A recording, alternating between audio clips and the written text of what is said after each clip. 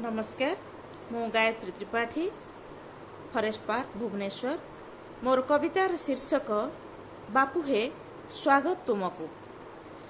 हे बापू सत्यर पुजारी थिल कहूथिल पाप कले भी ताकू स्वीकार कर कारण सेथिरे निजकू परखिबार शुद्धता थिला आत्मशोधनर पंथा भी।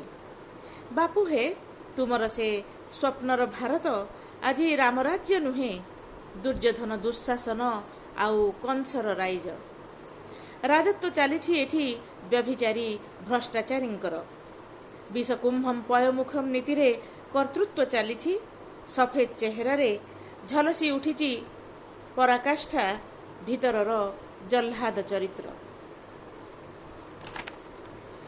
हे बापू अपरिष्कृत मन ओ स्खलित चरित्र आज लुंठन करे अबलार देह दया माया सबु किछि विद्रूप घेରରେ स्वामी हरा असहाया दुर्बला प्रति जघन्य अत्याचार परे न्यायालयर नीतिनिष्ठ विचारपति प्रश्न करे नीरवतार कारण विलपित अंतर आज चित्कार करे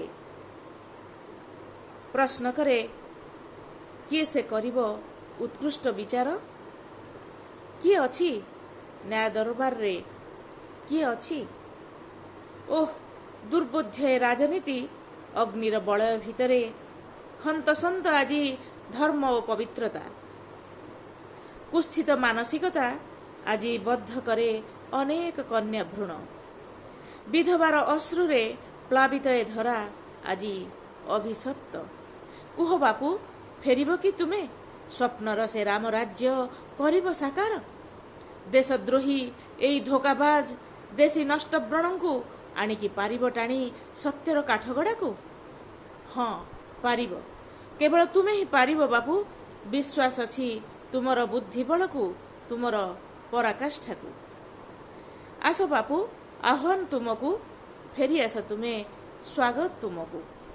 हाँ एथर फिरिंगी कबल नुहे आसी तुमे उद्धार करिब देश मातृका को देशी फिरिंगी हाथू सेमानंक मुखा खोलिबाकू सत्य और न्यायर अग्निबलय भितरे नग्न सत्य को उद्धार करिबाकू धर्मर जय और अधर्मर पराजय करिबाकू।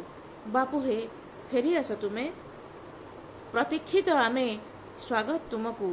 हाँ अंतररू स्वागत तुमको। जय हिंद धन्यवाद।